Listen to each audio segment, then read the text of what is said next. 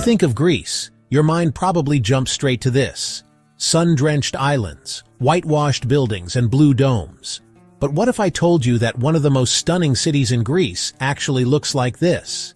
This is Kavala, a city in northern Greece that you've probably never heard of, but once you see it, you'll never forget it. We all have a picture of Greece in our minds, right? Sun-bleached islands, blue dome churches against an impossibly blue sea. It's a beautiful picture, but it's also become a brand, a perfectly curated feed of sameness. I was craving something else. I wanted to find a Greece that wasn't performing for a camera, a place where history wasn't just a backdrop for a selfie, but the very foundation of daily life. My mission was simple, if a little romantic: find the Greece. So I started looking north, away from the Cyclades, tracing the coastline on a digital map. And that's when I saw it. A city tucked into the mainland, hugging a bay so perfectly it looked like it was carved by a compass: Kavala. The name itself was unfamiliar, which was a good sign. The satellite view showed it cascading down the hillsides, a true amphitheater of stone and terracotta roofs, all facing the stage of the Aegean Sea. It felt like an invitation, a secret whispered across the map. Arriving in Kavala, the first impression is of a vibrant, modern port city. There's traffic, the hum of commerce, the smell of sea salt and exhaust fumes mixed together. It feels real, lived in. You start to wonder if you found what you were looking for. And then, as you round a corner, the modern world just stops. And this happens. Stretching for 270 meters, right through the heart of the modern city, stands the Kamaris, a colossal aqueduct. It's not tucked away in a historical park. The park, the road, the city center. At 25 meters high, its 60 arches march across the landscape, casting long shadows over cafes and apartment buildings. It feels impossible. This isn't just an old wall, it's a monumental piece of engineering, an architectural time capsule. While it stands on the foundations of a much older Roman structure, what we see today was a masterpiece commissioned by the Ottoman Sultan, Suleiman the Magnificent, in the 16th century. Its purpose was life-giving, to channel fresh water from the mountains down to the arid peninsula of the old town, quenching the thirst of a growing city. And the most incredible part? There are no velvet ropes, no entrance fees. You can walk right up and lay your hand on stones that were shaped by Ottoman masons 500 years ago. You can feel the texture, the centuries of sun and rain etched into their surface. This is what I came for. History that you can touch, that you can feel. It's not a relic preserved under glass. It's a living, breathing part of the urban fabric. People drive through its arches on their way to work. They walk their dogs in its shadow. It's the backdrop for a coffee break, a landmark for giving directions. In Kavala, you don't just visit history. You weave your own daily life right through it. This isn't a monument you look at. It's a landmark you live with. And this was only my first impression. To truly understand Kavala, you have to leave the bustling modern harbor behind and climb. You have to get lost in the labyrinthine streets of Panagia, the old town perched on its rocky peninsula. This is where the city's soul resides, not in a single monument, but in the atmosphere itself. It's a sensory shift. The roar of traffic fades, replaced by the sound of footsteps on stone, the scent of jasmine and sea salt, and the sight of a city that has gracefully aged for centuries. The streets here don't follow a grid. They follow the contours of the land and the whims of history. Every turn reveals a new vignette, a miniature story. You'll see the iconic Ottoman houses with their enclosed wooden balconies, called jutting out over the narrow lanes, painted in soft pastels. Then, a crumbling wall might expose the foundations of a Byzantine church. Suddenly, an alley opens up, and you're hit with a dazzling, unexpected panorama of the deep blue Aegean. It's a beautiful, chaotic collage of eras and cultures.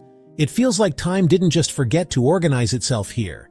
It decided to throw a party and invite every century, and some of those layers are grander than others.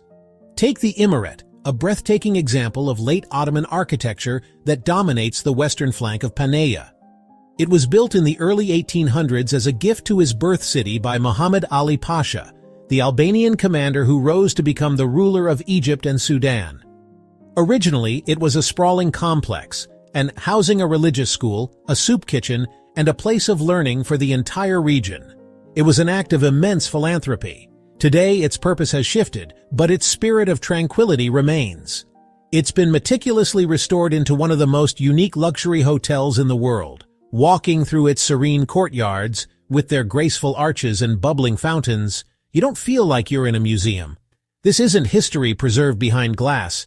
It's history you can touch, history that's polished, perfumed with orange blossoms, and lived in. Just a short walk away, you'll find another, even more explicit example of Kavala's layered past, the Halil Bey Mosque. Its distinctive candy-striped minaret is a beloved local landmark. But the real story is inside. The building as you see it today dates to the 16th century, but it was constructed directly on top of an early Christian basilica dedicated to Saint Paraskevi, and the curators have done something brilliant. A large glass floor has been installed, allowing you to stand in the mosque and gaze down upon the foundations and remnants of the church below. It's a literal, visible layering of faith and time. It's not a story of erasure, but of transformation, a powerful symbol of this city's complex and often turbulent journey through the ages. As you continue to climb, the streets grow steeper, the houses more ancient and fortified. You can feel yourself ascending through history, leaving the residential heart of Panagia for its military crown. Every step is a reminder of this city's strategic importance. This fortress, the Acropolis of Kavala, has been a bastion for millennia. It was fortified by the Byzantines, expanded by the Ottomans, and coveted by the Venetians. It stands guard over the ancient Via Egnatia, the Roman road that connected the eastern and western halves of the empire. You're walking in the footsteps of soldiers, traders, and sentinels who have patrolled these walls for centuries, all drawn to this vital lookout. And then you reach the top. From the ramparts of the castle, the entire story of Kavala unfolds beneath you. It's a breathtaking panorama that finally makes sense of everything. To the west, the modern city spreads out, a testament to its 20th century tobacco boom. Below, the bustling harbor is alive with fishing boats and ferries. To the east, you can clearly see the magnificent arches of the Kamares, the Roman and Ottoman aqueduct that once quenched the thirst of the old town. And looking out across the shimmering Aegean, the deep green silhouette of Thasos Island rests on the horizon. Standing here, you truly understand. This wasn't just a city, it was a strategic prize, a gateway. It is the crossroads of Europe and Asia, of Christianity and Islam, of ancient empires and the modern world, and for a moment from this one single spot you can see it all. But Kavala's story isn't just ancient ruins and medieval forts. In the 19th century, it was booming, thanks to one unlikely crop, tobacco. The city became the mecca of tobacco. Mansions sprang up, warehouses turned into mini palaces. I visited the Tobacco Museum, yes, that exists, and it tells the story of both wealth and hardship, of factory workers, refugees, merchants, and moguls. It's not a dry history lesson, it's gritty, real, and strangely moving.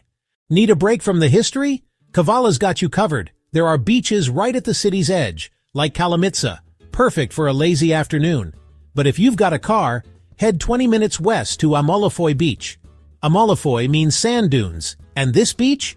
It could go head-to-head with Mykonos or Paros, no question. Whether you want music and mojitos or a quiet cove for two, it's all right here. That's Kavala's gift, depth and beauty. I had this moment, sitting by the harbor, sipping a coffee, watching the fortress catch the last rays of sun. And I realized, what makes Kavala special isn't one big thing. It's the quiet daily dance between past and present. It's seeing ancient stones next to espresso bars. It's knowing this city was built by traders, soldiers, immigrants, and dreamers, and their stories are still etched into every wall and window. So, thinking of visiting? Here's what you need to know. When to go? May, June, or September are ideal. Great weather, no crowds. Where to eat? Head to the Sfagea district for the best seafood. Try the Kavala prawns and don't miss the famous kurabidis, almond shortbread that started here. Getting around, the city's walkable, but rent a car for a day or two. It's the best way to explore the coastline and visit Philippi, a UNESCO site just 20 minutes away. I came to Kavala looking for something different. I was searching for a Greece that existed beyond the postcards of whitewashed islands and crowded beaches.